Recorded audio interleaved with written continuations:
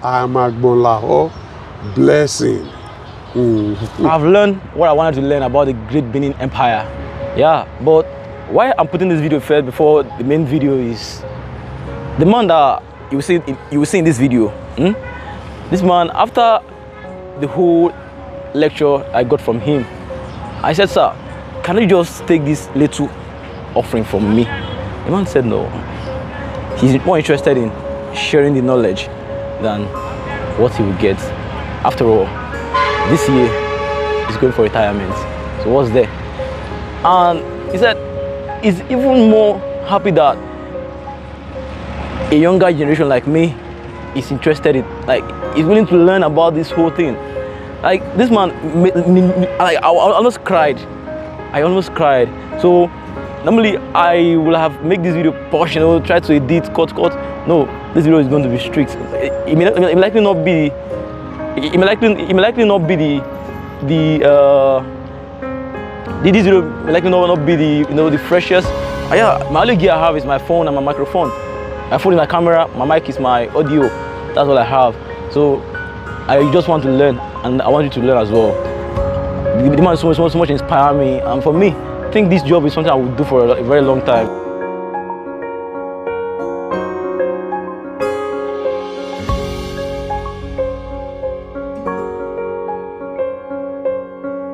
So if you had to change anything in Benin City, what would that be? If you had a chance to change at least one thing in Benin City, what would that be?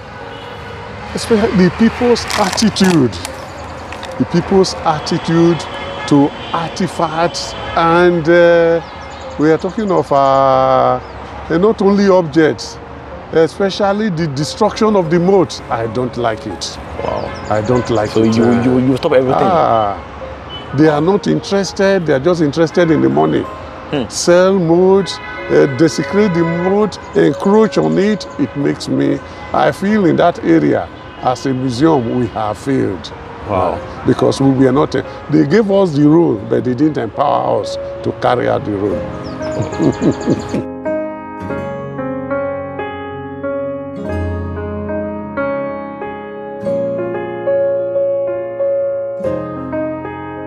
So the European, their inroad into West Africa especially, began with journeys like the Landa Brothers journey, Mungo Park and others.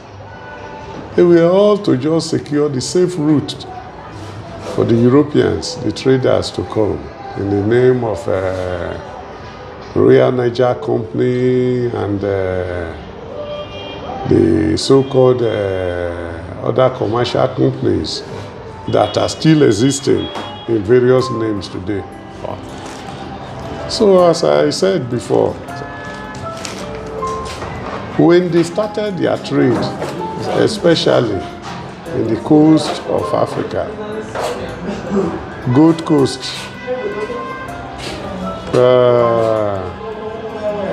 then oil rivers. What were the goods that they were after?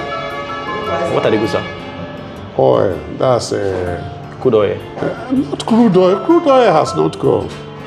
The fuel then was palm oil and kernel oil. Are you serious? That was what they used to light their lamps and everything. Oh. So that's the oil that was why you see the whole of the coast, the so-called up to Lagos to Benin rivers. It was oil rivers because of palm oil that was abundant in the area.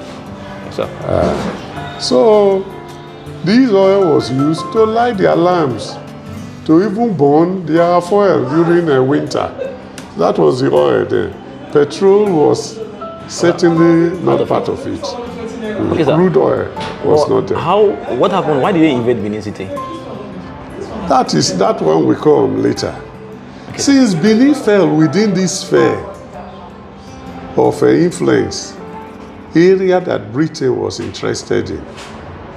When we're even talking of that, you talk of the deposition of Oba Kosoko in Lagos, and the imposition of the Akintoye now When, by that 1851, Yes, sir.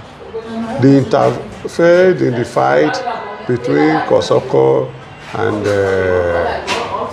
Akintoye, or one of them then. Then Kosoko was banished to Ekpe, then supported the other person to become the Oba of Lagos. Then when that one died, about 9 years later, the son Dosumu became the Oba of Lagos.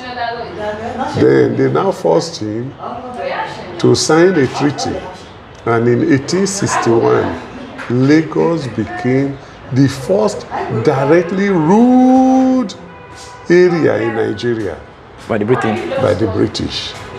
That is why we don't say Lagos until 1906 was not part of the Southern Protectorate, because it was the colony of Lagos.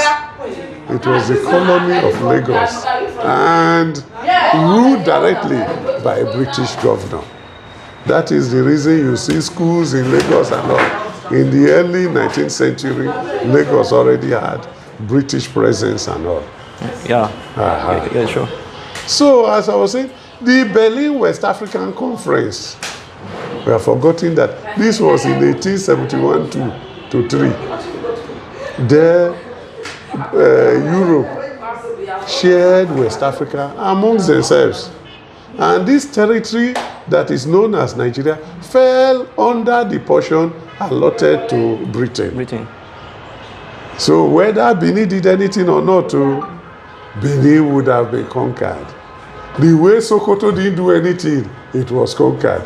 The way the East didn't do anything, they didn't kill any white man, they were conquered. That is the thing. Then in 1871, J.L. Galway came.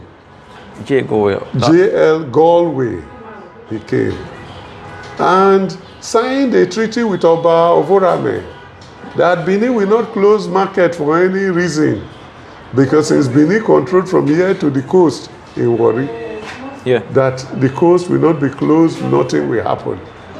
That trade will be opened, whether during a festival or anything. Trade was paramount to them. That was what they used in the conviction of Ovorame in this compound, where he was tried in front of that gallery. Where a tree is planted, the Ihimi tree, that was where he was tried by Ralph Moore. That's where Ovorame was tried. Don't worry, I will take you there. I will show you this point. I will love to go there. I will love to go there. Then the cell, the first prison in Edo State built for him, I will show you here. You will be surprised. Wow. That housed about Ovorame. I can't even wait to see that. You are getting more than you expect. Yeah. So, as I said, yes, sir. Then 1897 yes, sir. was just part of the event.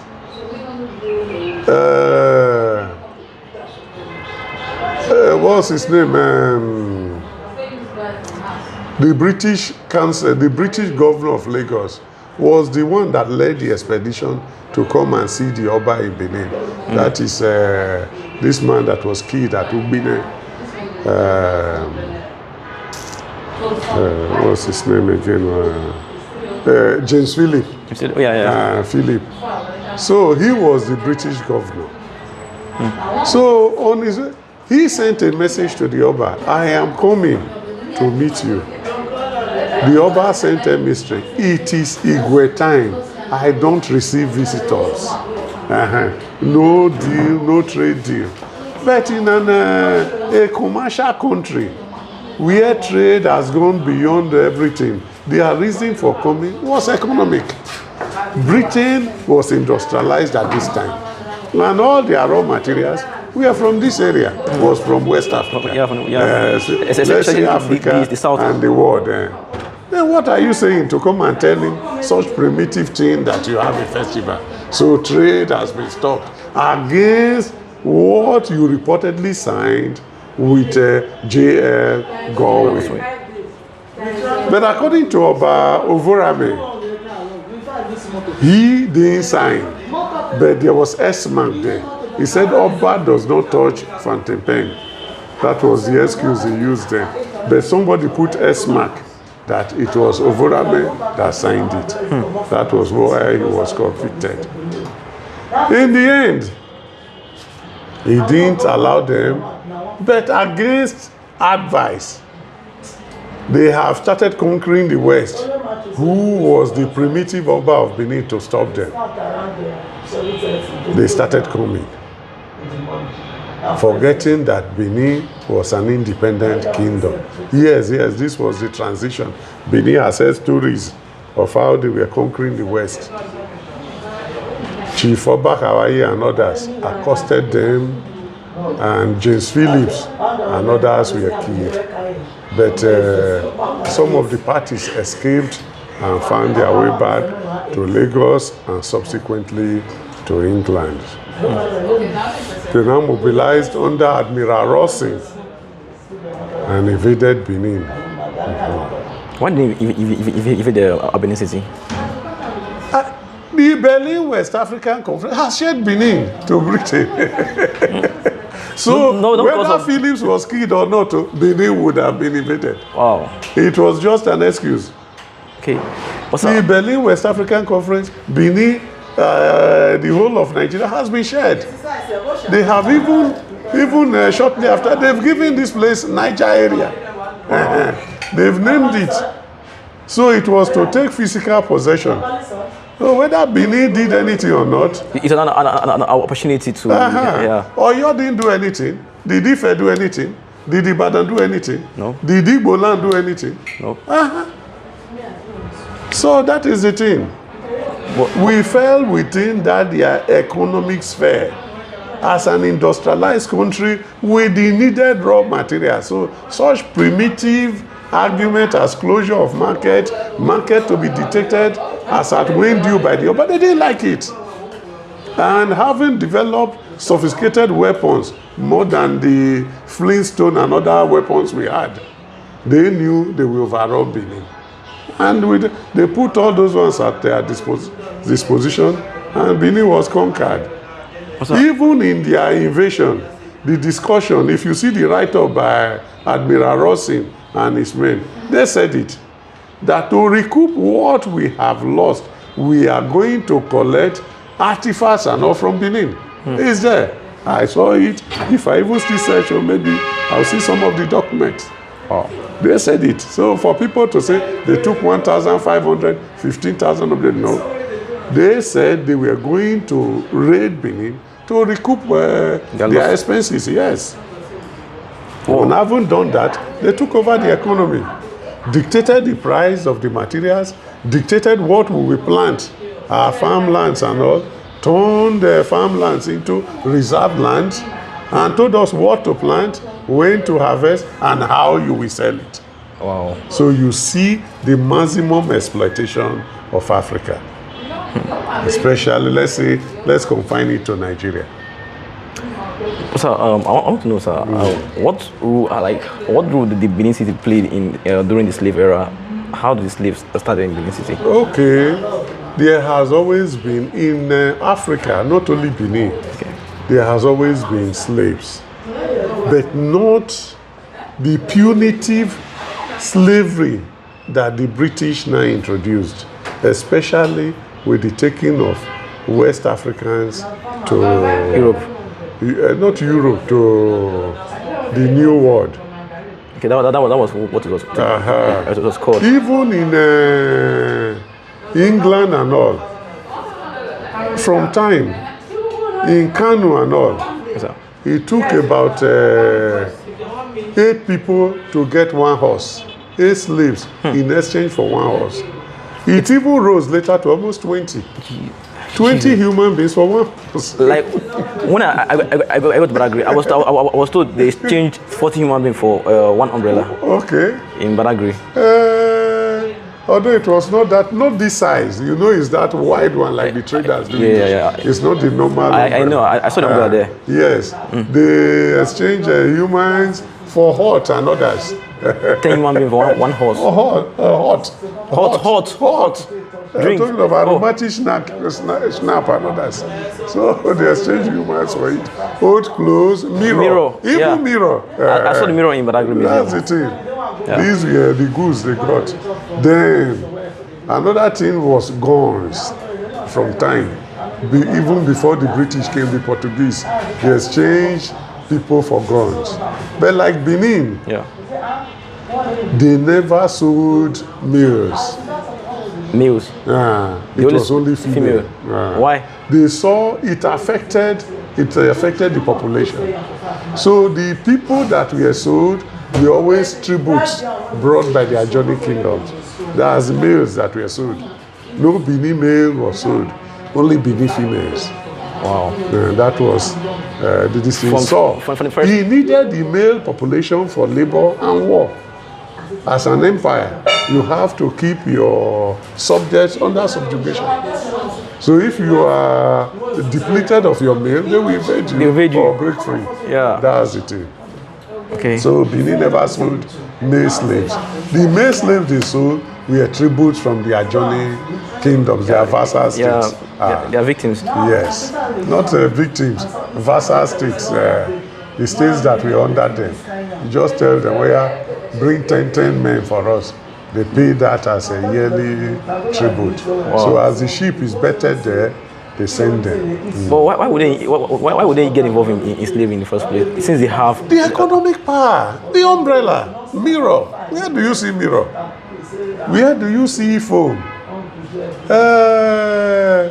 The Ayoba Han was killed for having a bed when the Oba didn't have. The ECMLO, that's the Oba's private soldier. They killed him on the way. And then the reason, how the family knew the reason, they came to take the bed. He was in charge of trade and all. You had access, you bought bed. Oba was sleeping on the bed. They killed him for that. That's really funny. They corrugated iron sheet too. The palace was housing, then the other half was with the woven, they never used thatched in the palace. Okay. The Oba's thing. This one was more of a plant. They weave it. It's different from thatch. More like the raffia cane they do carry. That was what was used to roof the palace. So it was different from other Benin districts. Only the palace and some old traditional palaces too, like Olia and others that could boast of that. So that was it too. It was purely economic, and Benin fell under the sphere of Britain, the area shared in the Benin West African Conference. It was peacefully shared. So it was shared even before they invaded Benin City. James Philip was killed. Benin has been shared. But sorry, can you just tell me more about how James Philip was killed? Like what happened? He came during the Igwe.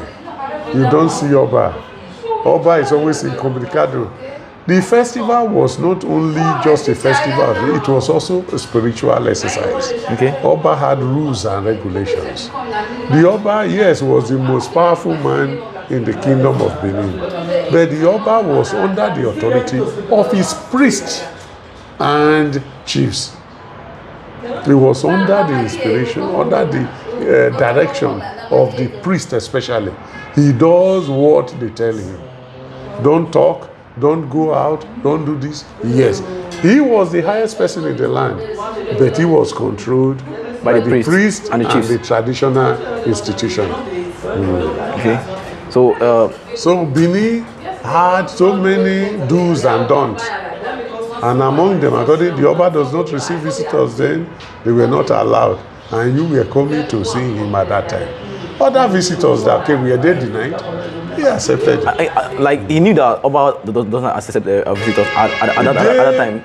To them, with their weapons and their cache of arms in Lagos, Benin was just a stone throw away. They've driven Nana. Nana was a chief in Koko. He was not the Olu of Warri. And he was not the head of Ishetliwe, but he was a prominent trader They defeated him how many times? Yes, he withstood the British, but in the end he was defeated and exiled. So Benin has heard of all these. They've heard of the district since the Oba of Lagos was a descendant of the Benin royal line. Yeah. They have heard of what happened in Lagos. Now Kosoko was expelled to Ekpe, placed on salary and all.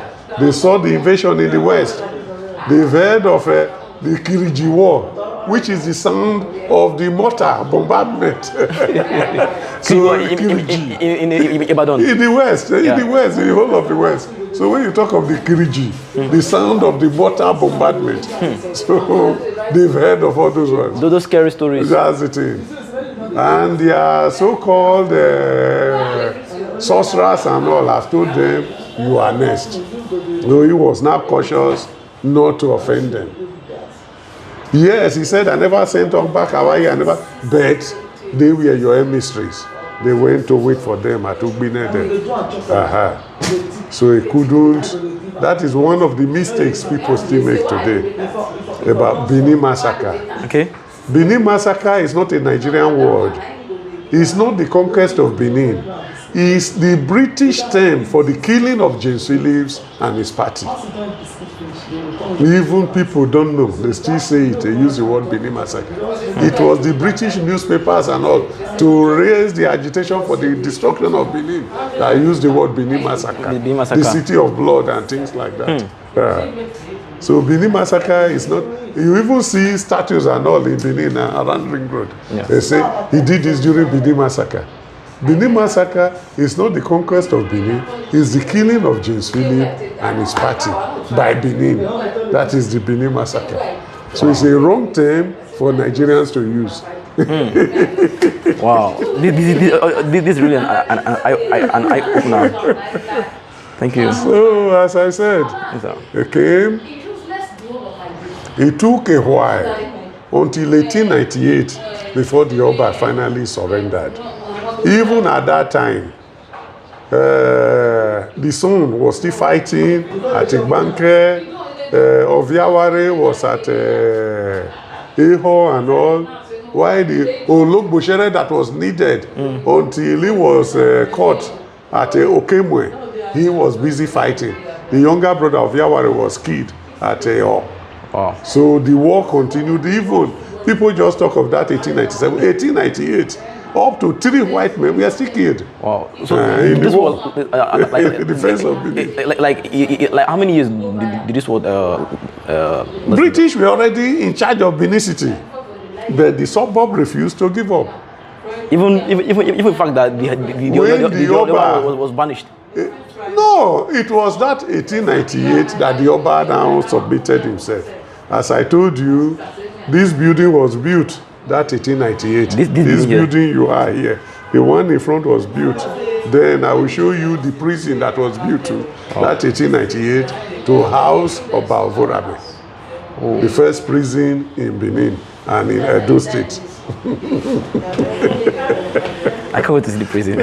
Like, frankly speaking. Yeah, we'll even open, take you inside. You will see it. How small it was, everything. Wow.